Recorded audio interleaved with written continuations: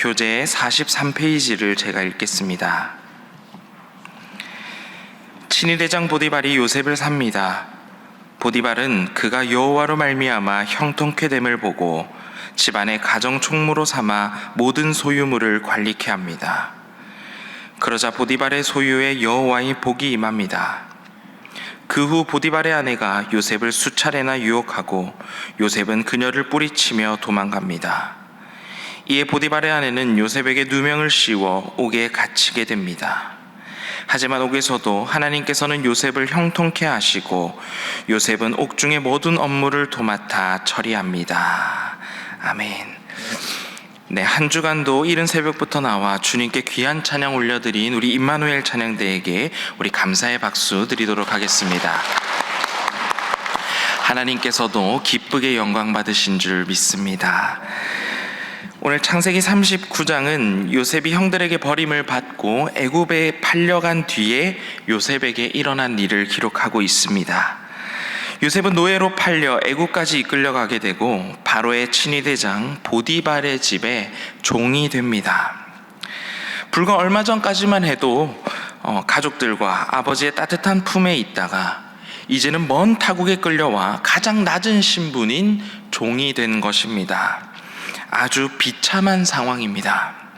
오늘 본문 말씀 창세기 39장 2절 말씀을 우리 같이 한 번 더 읽어보도록 하겠습니다. 다 같이 시작. 여호와께서 요셉과 함께 하심으로 그가 형통한 자가 되어 그의 주인 애굽 사람의 집에 있으니. 아멘.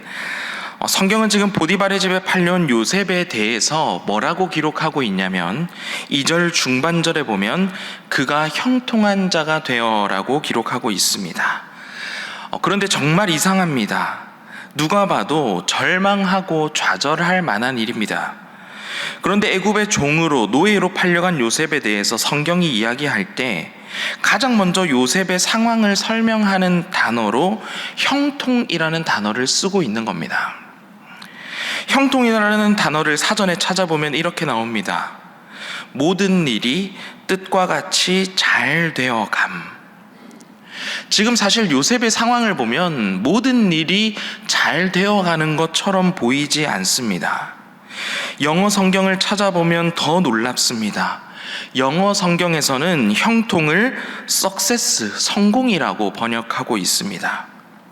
형들 손에 죽을 뻔하다가 먼 타국의 노예로 팔려온 요셉의 상황을 아무리 좋은 일이 있다 하더라도 형통, 성공이라는 단어가 잘 어울리지 않는 것처럼 보이기 때문입니다.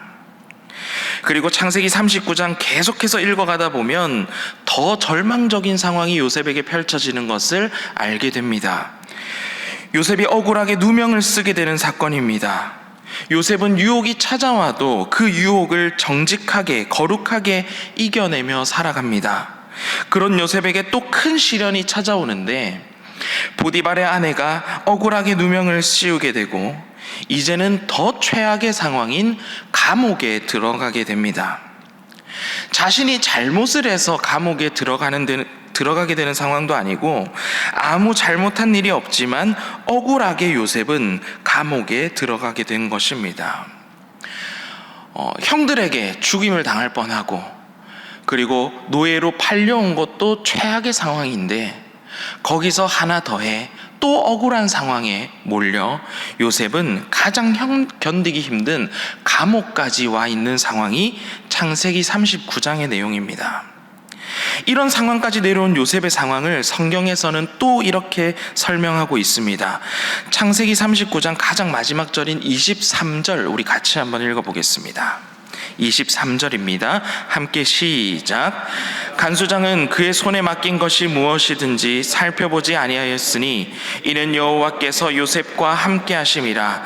여호와께서 그를 범사에 형통하게 하셨더라. 아멘. 감옥에까지 가게 된 그 요셉에게 하나님께서는 그를 형통하게 하셨다, 성공하게 하셨다, 모든 일이 잘 되어 간다라고 평가하고 있는 것입니다.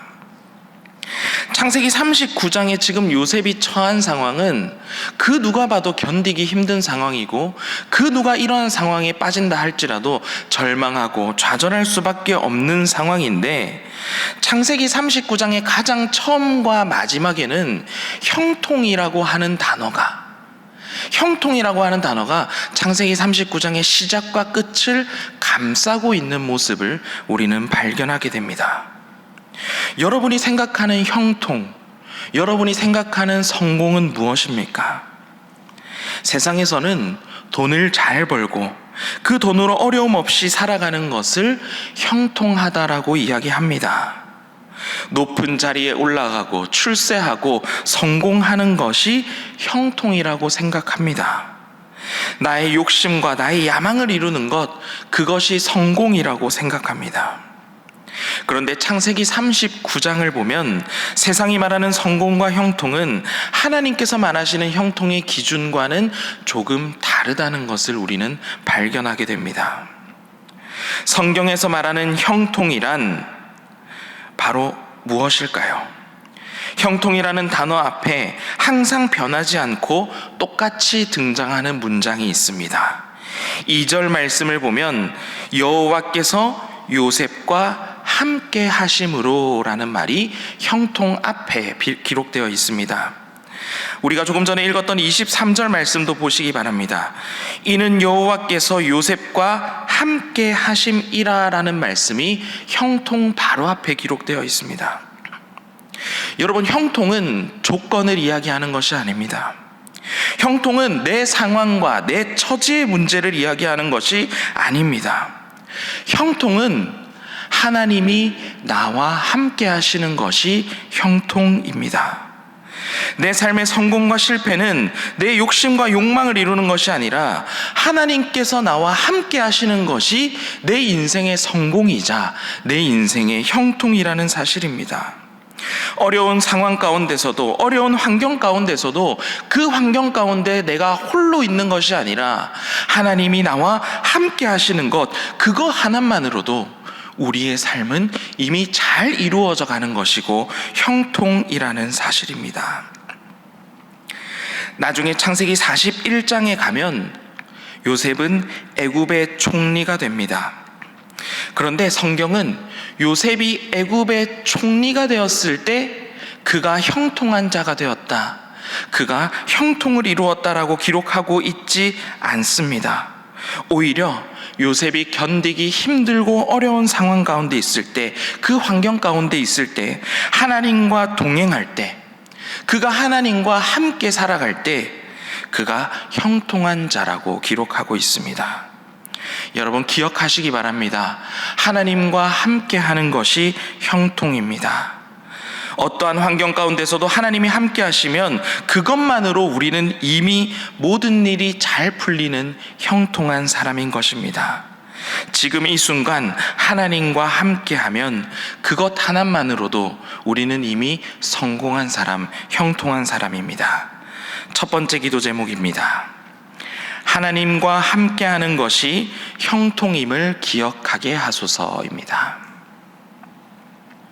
첫 번째 기도 제목은 하나님과 함께하는 것이 형통임을 기억하게 하소서.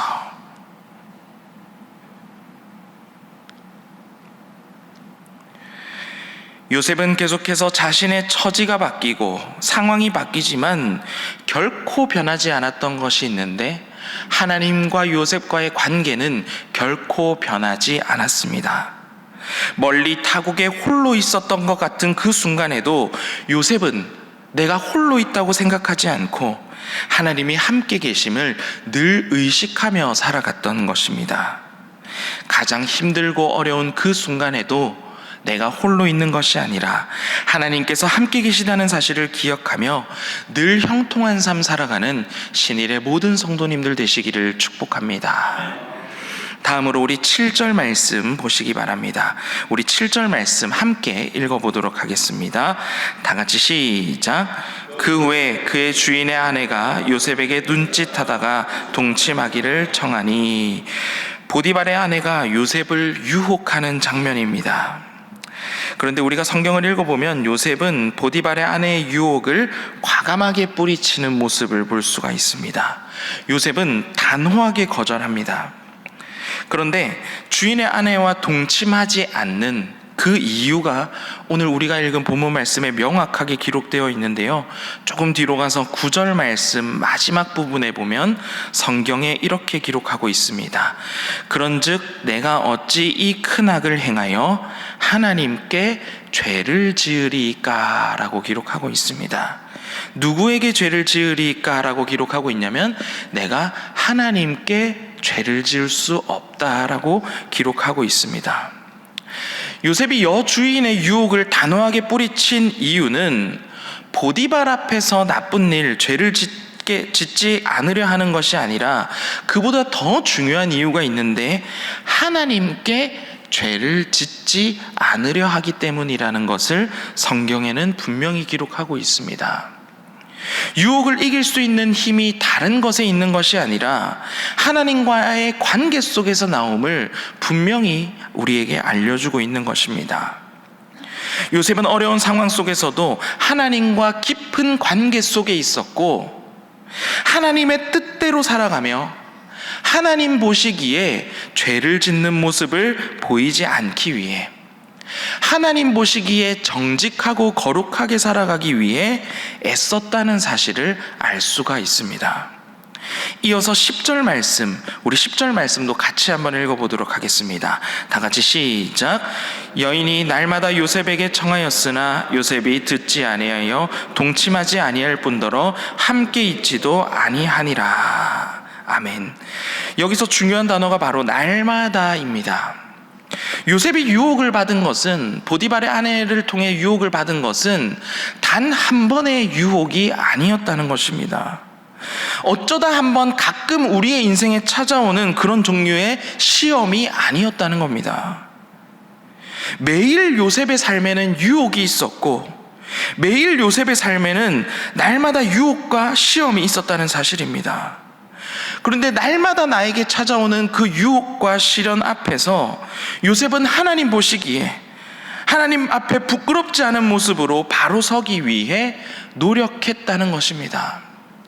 가끔 한번 찾아오는 그 유혹을 이겨내기 위해 노력한 게 아니라 매일매일 날마다 내 삶 속에 하나님 앞에 죄를 짓지 않기 위해 하나님 앞에 거룩하게 살아가기 위해 노력했던 사람이 바로 요셉이라는 사실입니다. 여기서 두 번째 기도 제목입니다. 날마다 하나님 앞에 바로 서게 하소서입니다. 두 번째 기도 제목은 날마다 하나님 앞에 바로 서게 하소서입니다. 우리는 매일매일 날마다 하나님 앞에 바로 서고 날마다 우리에게 찾아오는 크고 작은 유혹과 시험 속에서도 늘 넉넉하게 이기며 승리하며 살아가야 합니다. 유혹을 이길 수 있는 힘은, 시험을 이길 수 있는 힘은 다른 곳에서 나오는 것이 아니라 하나님과의 올바른 관계 속에서 나올 수 있습니다. 날마다 우리에게 찾아오는 크고 작은 시험과 유혹 속에서도 승리하며 살아가는 신일의 성도 되시기를 축복합니다. 마지막으로 우리 창세기 39장 3절 말씀인데요. 우리 3절 말씀 우리 같이 읽어보도록 하겠습니다. 3절 우리 같이 읽겠습니다. 시작. 그의 주인이 여호와께서 그와 함께 하심을 보며 또 여호와께서 그의 범사에 형통하게 하심을 보았더라. 아멘. 여기서 그의 주인은 바로 보디발입니다. 보디발이 보았다. 보디발이 여호와께서 그와 함께 하심을 보았고 보디발이 또 요셉이 범사에 하나님께서 형통하게 하시는 것을 보았다라고 기록하고 있습니다. 두 번이나 보았다라고 기록하고 있는데 보디발이 요셉을 볼 때, 보디발이 자신의 종으로 두고 있는 그 요셉을 볼 때 무엇을 보았냐면 요셉만 본 것이 아니라 요셉 곁에 함께 하시는 하나님을 함께 보았다라는 것입니다. 요셉만 보는 것이 아니라 요셉 곁에 늘 함께 하시는 눈에 보이지 않는 그 하나님을 보디발 또한 발견했다라는 것입니다. 여기서 우리는 중요한 사실을 한 가지 알 수 있습니다. 내가 하나님과 동행한다는 것은, 내가 하나님과 함께 살아간다는 것은, 내가 그리스도인으로 살아간다는 것은 그냥 그저 내 마음속으로 이렇게 살아간다 생각만 하는 것뿐만이 아니라 내 주변에 있는 사람들이, 내 가족들이, 내 이웃에 있는 사람들이 나를 통해 나와 함께 하시는, 내 곁에 같이 계시는 예수님을 바라보아야 한다는 사실입니다. 우리 주변에 있는 사람들이 저 사람은 그리스도인이라, 저 사람은 이렇게 하나님이 함께 행하셔서 이렇게 행동하는구나, 이렇게 말하는구나, 저 사람은 그리스도인이구나 라는 사실을 감출래야 감출 수가 없다는 사실입니다. 자연스럽게 우리가 만나고 교제하는 사람들에게 내가 그리스도인이라는 사실을 드러낼 수밖에, 보여질 수밖에 없다는 것입니다. 나를 통해 아직 예수님이 어떤 분인지 만나지 못했던 사람들이 나를 통해, 나의 삶의 모든 모습과 행동을 통해 내 곁에 함께 계시는 예수님을 보게 된다는 사실입니다. 발견하게 된다는 사실입니다. 그래서 세 번째 기도 제목입니다. 나와 함께 하시는 예수님을 보여주고 드러내는 사람 되게 하여 주시옵소서입니다. 나와 함께 하시는 예수님을 보여주고 드러내는 사람 되게 하여 주시옵소서입니다.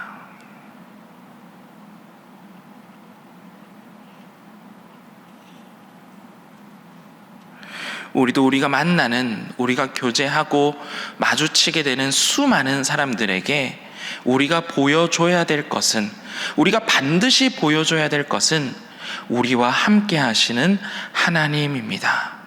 우리와 함께 하시는 하나님으로 인해 변화된 우리의 삶, 새로워진 우리의 삶, 그리스도인으로 살아가는 그 우리의 모습을 우리 주변, 우리 이웃에게 드러내고 보여줄 수 있는 참된 그리스도인이 되시기를 축복합니다.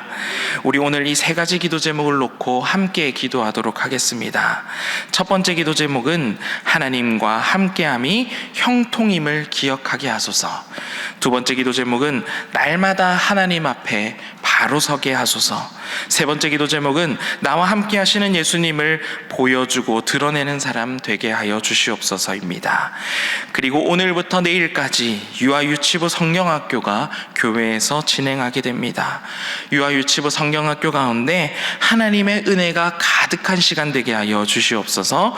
또한 주일 예배를 위해서 기도해 주시기 바랍니다. 오늘 성전을 깨끗하게 청소하는 깔끔이 가운데, 특별히 말씀 준비하시는 위임 목사님 가운데 지혜와 능력을 허락하여 주시옵소서. 우리 이 모든 기도 제목을 놓고 함께 기도하도록 하겠습니다. 주여 믿습니다. 주여 믿습니다. 주여 믿습니다.